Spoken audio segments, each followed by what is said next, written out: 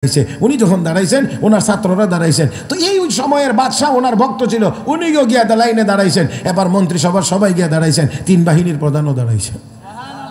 কথা বুঝছেন না আমার ভাইয়েরা? রাজকীয় মেহমান হয়ে ইমাম আহমদ ইবনে হাম্বল মিশরে গিয়ে প্রবেশ করলেন। এবার উস্তাদ তাকে গ্রহণ করে নিয়ে এবার বাড়িতে একেবারে সোজা দস্তরখানায় নিয়ে বসাইয়া দিয়েছেন, সামনে দস্তরখানা মানে খানার জন্যে। খানা যা দিছে না সামনে, একেবারে যা দিছে সব খায়া পরিষ্কার, অত্যন্ত দ্রুত গতিতে খাইছে। যেই মাত্র এই অবস্থা, ইমাম আহমদ ইবনে হাম্বলের ব্যাপারটা ইমাম শাফি তার বাড়িতে মুজাকারা করতেন। ইমাম আহমদ এত বড় আলেম, এত বড় মুহাদ্দিস, এত বড় ফকি, এত বড় আল্লাহর ওলি, এত বড় এই সেই। এখন এই মেহমান বাড়িতে গেছে, বুঝেন না বাড়ির ভিতরের মানুষেরও তো মনে মনে একটা আনন্দ আছে, এত বড় অলি, এত বড় বুজুর্গ, এত বড় মুহাদ্দিস আমাদের বাড়িতে।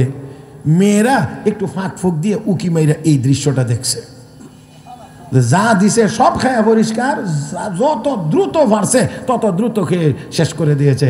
এমনি ইমাম শাফি যখন ভিতরে গেছেন, মেয়েরা আব্বা কার বুজুর্গের কথা শুনাইলেন, বেটা খাওয়ার তরিকা ওই ঠিক নেই।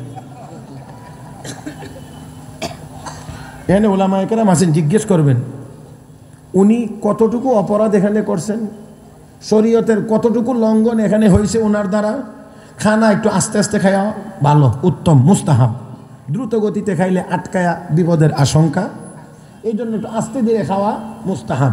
মেহমান হইয়া কারো বাড়িতে খাইলে যা খানা দেওয়া হয় এটা কিছু রাইকা খাওয়া, যাতে করে মেজবান বুঝে মেহমান খাওয়ার পরেও কিছু রয়েছে, সেজন্য মানসিক একটা প্রশান্তি লাভ করতে পারে। সবটা খাইলে তার ভিতরে একটা অস্থিরতা কাজ করতে পারে, হারে মনে হয় আরো দিলে আরো খাইতো। এই জন্যে তো সর্বোচ্চ যদি কোনো লঙ্ঘন কিছু হয়ে থাকে তাহলে মুস্তাহাবের খেলাফ হয়েছে, মুস্তাহাব লঙ্ঘন হয়েছে। এতেই মেয়েরা আব্বা কার বুজুর্গের কথা শোনাইলেন, লোকটার যে খানা খাওয়ার তরিকা ঠিক নাই, আর আমাদের দেশে নামাজ নাই, রোজা নাই, উল্টা পাল্টা কথা, আকীদা ঠিক নাই, ভণ্ড, আর তাকে কয় সুলতানুল আউলিয়া।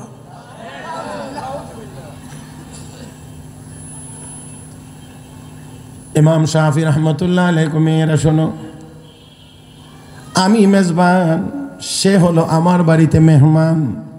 আর ইমাম শাফি বড় মেহমান নওয়াজ ছিলেন। মেহমান খাইবে, আমি যদি বাধা দিতে চাই তাহলে আমার কৃপণতা প্রকাশ পায়। আমি তো মেজবান হইয়া মেহমানকে তার খানায় বাধা দিতে পারি না, কিন্তু দৃশ্যটা আমার কাছেও খারাপ লেগেছে। কিন্তু আমি বলতে পারি না, একমাত্র কারণ সে এই মুহূর্তে আমার বাড়ির মেহমান। এতটুকু কথা বলেই শেষ। দুজন এশার নামাজের জন্য মসজিদে যখন চলে গিয়েছে, ইমাম শাফি রহমতুল্লাহি আলাইহির মেয়েরা তাহাজ্জুদের ওযুর জন্য পানি সহ যাবতীয় সব ব্যবস্থা করে রুমটা ঠিক করে রেখেছে। এই রুমেই উনি থাকবেন শেষ রাত্রে, যেন তাহাজ্জুদের জন্যে পানির জন্য কষ্ট করতে না হয়। যাবতীয় ইন্তেজাম সম্পন্ন করা হয়েছে। উস্তাদ শাগরেদ নামাজ পড়ে চলে আসলেন।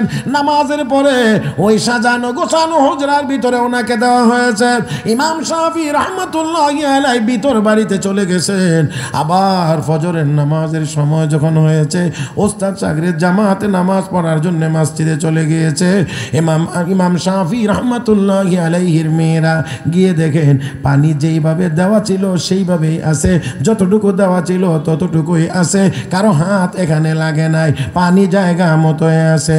মেজাজ গরম, যা দিলাম খাবার সব খাইলো, আর সারা রাত ঘুমাইলো, তাহাজ্জুদ হয় নাই। আমার ভাইরা, তাহাজ্জুদ না পড়লে গুনাহ হয় না, কিন্তু তাহাজ্জুদ ছাড়া ওলি হওয়া যায় না। না রাস্তায় রাস্তা করেন, তাহাজ্জুদ না পড়লে গুনাহ হয় না, কিন্তু তাহাজ্জুদ ছাড়া কোনো মানুষ আল্লাহর ওলি হইতে পারে না। এ মুসলমান, তাহাজ্জুদ পড়তে পারে নাই মনে করে মেজাজ গরম। নামাজ শেষে যখন ফিরেছেন, তখন মেয়েরা গিয়ে এবার বাবার সামনে দাঁড়াইয়া এবার আরেকটু চড়া আওয়াজ, আব্বা এতদিন কার বুজুর্গের কথা আমাদেরকে শোনাইলেন, যেই লোকটা খাইলো, যা পাইলো খাইলো, সব খেয়ে শেষ করে দিল, খানার তরিকা ঠিক নাই, আর খাওয়ার পরে শুধুমাত্র ঘুমাইলো, তাহাজ্জুদ হয় না, ওজুর পানি জায়গা মতোই রয়ে গেছে। উনি আবার কেমন বুজুর্গ, ইমাম শাফি রহমতুল্লাহি আলাইহি আর নিজেকে সব সামলায় রাখতে পারেন নাই, এবার মেহমান মেজবান ছেড়ে দিয়ে উস্তাদ শাগরিদের ভূমিকায় অবতীর্ণ হয়েছেন। এখন আর তিনি মেজবান এই জায়গাতে নাই, এখন উস্তাদের জায়গায় চলে গেছেন। এবার ছাত্রের হুজরায় গিয়ে প্রবেশ করলেন আর ডাক দিয়ে বলেন, ও আহমদ, তুমি এত বড় বেআমল কখন থেকে হইলা? কদ্দুর বড় বেআমল হয়েছে, তাহাজ্জুদ না হয়ে পড়ছে না? হ্যাঁ, আর আমরা তো সুন্নতি করি না, ফরজ নামাজ হইতো কোনো রকম, তাও আবার টুপি টাফি সারা, গেঞ্জি একটা অদ্দুর পর্যন্ত। আবার গিয়েছি হুজুর টুপি সারা কি নামাজ হয় না? কথা কয় না, অদ্দুর পর্যন্ত গেঞ্জি একটা নামাজি। হ্যাঁ, আবার বল টুপি সারা নামাজ হয় না, আমি তো পাঞ্জাবি সারাও নামাজ হয়। জিজ্ঞাসা করেন, আমি বলবো যে পুরুষ মানুষ এই নাভিটার থেকে নিয়ে হাঁটুর নিচ পর্যন্ত কাপড় দিয়ে ঢেকে রাখলে সব নামাজ হইব, সব নামাজ হবে, কোনো নামাজ হবে না এটা বলার সুযোগ নেই। তবে তবে তবে তবে তবে তবে অবশ্যই এটা কেমন নামাজ হবে এখন আপনারা একটু খেয়াল করেন তো।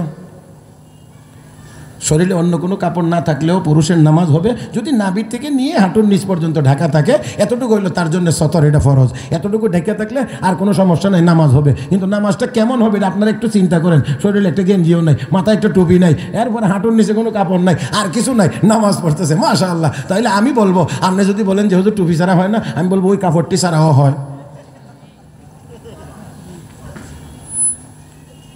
হায় হায় হায়,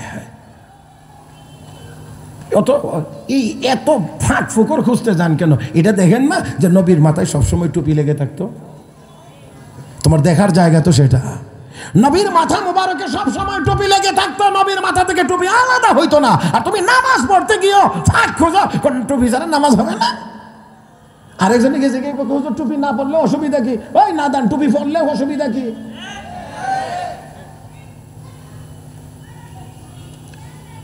আল্লাহ আমাদের সবাইকে বুঝার তৌফিক দান করুন। মনে হয় একটু কষ্ট পাইছেন না? হ্যাঁ, এত রেডিমেড হয়েন না, এত সস্তা বানায়েন না, একটু নিজেকে ওয়ালিবাসুত তাকওয়া যালিকা খায়র। এই জন্যে ওলামায়ে কেরাম বলেন, একটা হলো ফতোয়া আর একটা হলো তাকওয়া। কথা কয় না? একটা ফতোয়া আর একটা তাকওয়া। আপনি তাকওয়ার লিবাসে থাকেন। কতটুকু কি হয়েছে ধরে নিলাম তাহাজ্জুদ পড়ছে না, এতটুকুতেই উস্তাদ গিয়ে বলতেছেন, আহমদ এত বড় বেআমল কেমনে হইলা? হযরত কেমনে কি হয়েছে? বসলা, খানা দিলাম, যা পাইলা সব খাইলা, যত দ্রুত গতিতে সম্ভব তা তত দ্রুত গতিতে খাইলা, আর সারা রাত ঘুমাইলা, তাহাজ্জুদ হয় নাই। বুঝে গিয়েছেন কি বুঝাইতে চান? ইমাম আহমদ ইবনে হাম্বল রাহমাতুল্লাহি আলাইহি বলেন, না হুজুর, বিষয়টা আসলে এমন না।